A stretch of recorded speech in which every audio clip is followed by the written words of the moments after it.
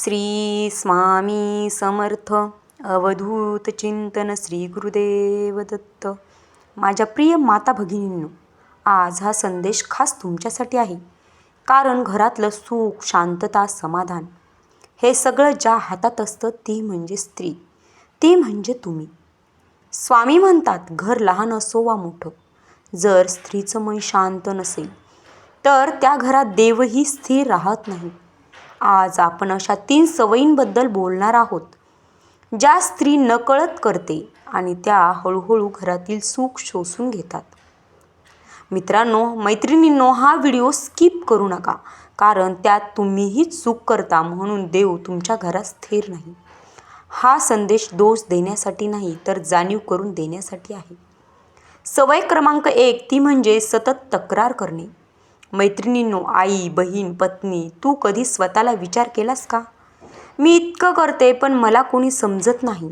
माझ्याच नशिबी सगळं का? या घरात माझं कोणीच ऐकतच नाही. ही वाक्य रोज मनात चालू असतात. स्वामी म्हणतात, माझी समर्थ आई म्हणतात, तक्रार ही अशी आग आहे जी आधी स्वतःचं मन जाळते आणि मग घराला धूर करते. स्त्री जर सतत तक्रार करत असेल तर घरात समाधान टिकत नाही. मुलांच्या मनात भीती तयार होते, नवऱ्याचं मन दुखवायला लागतं. लक्ष्मी देवीला तक्राराचा आवाज आवडत नाही. तू त्रासात असशील पण तक्रार न करता देवाकडे मन मोकळं कर, कारण देव ऐकतो. माणसं नाही तरी देव ऐकतो. मैत्रिणींनो, सवय क्रमांक 2, ती म्हणजे राग मनात साठवून ठेवणे.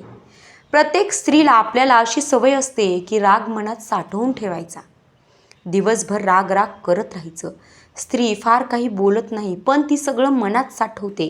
आज अपमान झाला, उद्या दुर्लक्ष झालं, परवा टोमणा ऐकला. ती बोलत नाही, पण तिच्या शांततेत वादळ तयार होतं. स्वामी माझे म्हणतात, मनात साठवलेला राग घरात न बोलता भांडण करतो. राग मनात ठेवल्यामुळे स्त्री सतत थकलेली दिसते. तिचं आरोग्य बिघडतं, घरात नकारात्मक ऊर्जा वाढते. आई जर शांत पण दुखावलेली असेल तर मुलांचं भविष्य देखील अस्थिर होतं. मैत्रिणींनो, राग आला तर देवाचं नाव घ्या, पाणी पिऊन शांत बसा.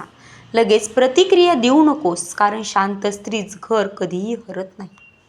सवय क्रमांक 3, ती म्हणजे स्वतःला कमी समजणं. आपण प्रत्येकाशी तुलना करत राहतो आणि स्वतःला कमी समजतो. मैत्रिणींनो, आहे यात समाधानी राहणं म्हणजे हे स्त्रीला जमतच नाही. ही सगळ्यात धोकादायक सवय आहे. माझं काहीच महत्त्व नाही, मी कोण आहे, माझ्यामुळे काय फरक पडतो, हे विचार स्त्रीला आतून तोडतात. हे विचार तिला सतवतात. स्वामी म्हणतात, ज्या स्त्रीला स्वतःची किंमत नाही, तिच्या घराची किंमत लोक ठरवतात. स्त्री जर स्वतःला कमी समजत असेल तर ती अन्याय सहन करते. ती आवाज उठवत नाही, ती हळूहळू तुटते. पण लक्षात ठेव, तू देवी आहेस, तू देवीचं स्वरूप आहेस, तू सहनशक्तीची मूर्ती आहेस.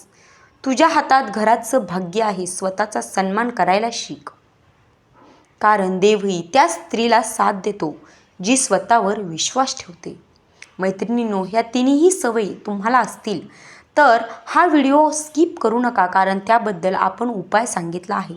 त्याआधी मैत्रिणींनो, व्हिडिओ आवडत असेल तर आत्ताच लाईक करा आणि नवनवीन विचार ऐकण्यासाठी चॅनलला सबस्क्राईब करा. त्यावर उपाय म्हणजे घरात सुख आणण्यासाठी स्वामी सांगतात, दररोज सकाळी उठल्यावर एक वेळ स्वामींचं नाव घे. घरात बोलताना शब्द मोजून वापर. राग आला तर शांततेचा मार्ग निवड. स्वामी म्हणतात, माझी माऊली म्हणतात, ज्या घरात स्त्री शांत असते त्या घरात संकट देखील दारातून परत जातं. माझ्या प्रिय माता भगिनींनो, आज हा संदेश ऐकताना तुमच्या डोळ्यात पाणी आलं असेल तर समजा स्वामी स्वतः तुमच्याशी बोलत आहेत. आवाज जरी माझा असेल तर बोल माझ्या स्वामींचे आहेत.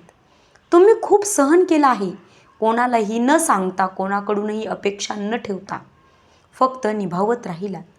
आई म्हणून, पत्नी म्हणून, सून म्हणून, मुलगी म्हणून सर्व काही सहन केलं. पण आज स्वामी म्हणतात, आता थांब, बस झालं. स्वतःला विसरणं ही भक्ती नाही. घर टिकवताना जर स्त्रीचं मन तुटत असेल तर ते घर टिकलेलं नसतं, ते फक्त चालू असतं. मैत्रिणींनो, आजपासून एक गोष्ट नेहमी लक्षात ठेवा, ती म्हणजे तुम्ही राग सोडला तर घर श्वास घेऊ लागेल. तुम्ही तक्रार थांबवली तर समाधान परत येईल. तुम्ही स्वतःची किंमत ओळखली तर घरात तुमचा मान वाढेल.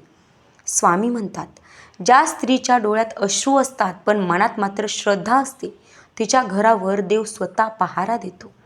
जर आज तुम्ही खूप थकल्या असाल, एकटं वाटत असेल, कोणालाच नकोशी वाटत असेल, तर एकच गोष्ट करा.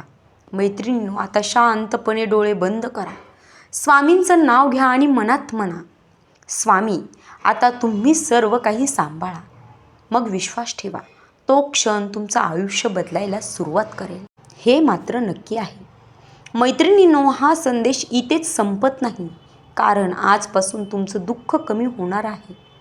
मैत्रिणींनो, तुमचं मन हलकं होणार आहे.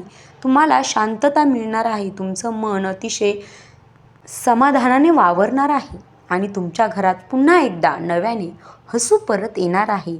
जर हा संदेश तुमच्या मनाला थोडाही स्पर्श करून गेला असेल, तर तो दुसऱ्या स्त्रीपर्यंत नक्की पोहोचवा, जी तुमची खरंच खूप जिवलग आहे, पण ती आता एकदम शांतपणे वावरत आहे, अस्वस्थ आहे. त्या स्त्रीपर्यंत हा व्हिडिओ नक्की पोहोचवा. कदाचित तिलाही आज स्वामींच्या शब्दांची गरज असेल. स्वामींच्या शब्दाने तिच्या मनाला धीर मिळणार असेल, तर हा व्हिडिओ नक्कीच तिला पाठवा. श्री स्वामी समर्थ. जय जय स्वामी समर्थ. मित्रमैत्रिणींनो, स्वामी कृपा सदैव तुमच्यावर आणि तुमच्या परिवारावर राहो, हीच स्वामीचरणी प्रार्थना. भेटूयात पुढच्या व्हिडिओमध्ये, ज्या व्हिडिओमुळे तुमच्या मनाला आधार मिळणार आहे, धीर मिळणार आहे, स्वामी तुमच्यासोबत असल्याचं जाणवणार आहे. भेटूयात पुढच्या व्हिडिओमध्ये. तोपर्यंत धन्यवाद.